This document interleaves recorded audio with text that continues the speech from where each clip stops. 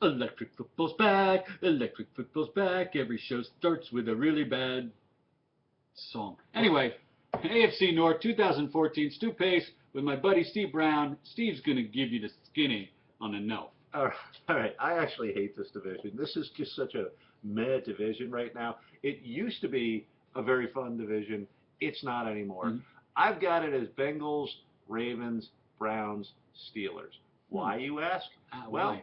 Andy Dalton only starts to suck in the playoffs. He's actually a pretty good regular season quarterback. They need to rely on Giovanni Bernard because the law firm has closed. Ben Jarvis, Green Ellis, gonna miss you. Will the loss of Mike Zimmer really hurt them? I'm hoping, because I'm hoping he's a great coach for the Vikings. But you still have an amazingly aggressive, fast, aggressive defense. Nobody ever comes in and goes, you know what? As a defensive coordinator, I'm going to try and make us slower and less aggressive. You know, big, fat, and ugly. So in what I consider a crappy division, I actually consider Andy Dalton to be the best regular season quarterback in it, and I'm going to give him that. Now, you're going to say, well, what about Joe Flacco? Joe Flacco is a good quarterback. Joe Flacco has Torrey Smith, a great deep threat, and that's about it to throw to. Mm-hmm. Ray Rice managed to change the entire league policy on domestic violence. We saw the video of him dragging his now wife out of the elevator. Evidently, obviously there was a video inside the elevator that has not leaked. Oh, okay. Which I'm amazed. I did not know that. Well, casino elevator, you know, if they have one on the outside of it, you know they're going to have one on the inside of it. But what it also may lead is people to say, all right, Bernard Pierce is actually the more dependable back at this point. You know, just a power back that we're going to send in there. So he may steal a lot of the load this year. On the D side, they're getting old. They've got older players that get more credit based on name recognition than they should. They've got a couple of younger players, Ladarius Webb and Matt Elam, who probably deserve more credit than they're getting. But overall, it is not the defense that was once so feared throughout the league. The Browns, suspensions again come into play in our analysis here. Josh Gordon losing his battle against substance abuse is killing a lot of the enthusiasm. Hoyer is holding off Johnny Manziel, Johnny Football, but he might be Johnny College Football. We don't know yet. Okay, and I'm worst pick in the draft. There you go. There you go. They have a solid offensive line. Jordan Cameron is quite the weapon. Mm-hmm.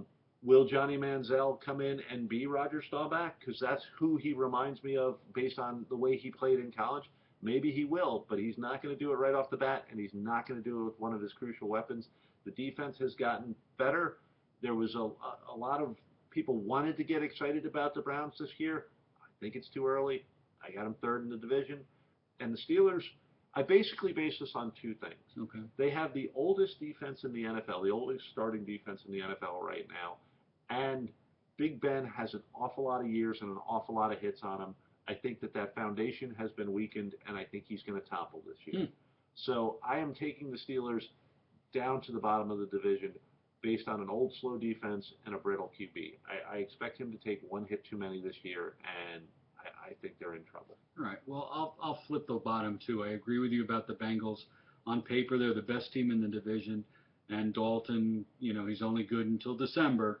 And I honestly, if they don't go farther into the playoffs this year, I think he's gone next year. I would start looking for another quarterback.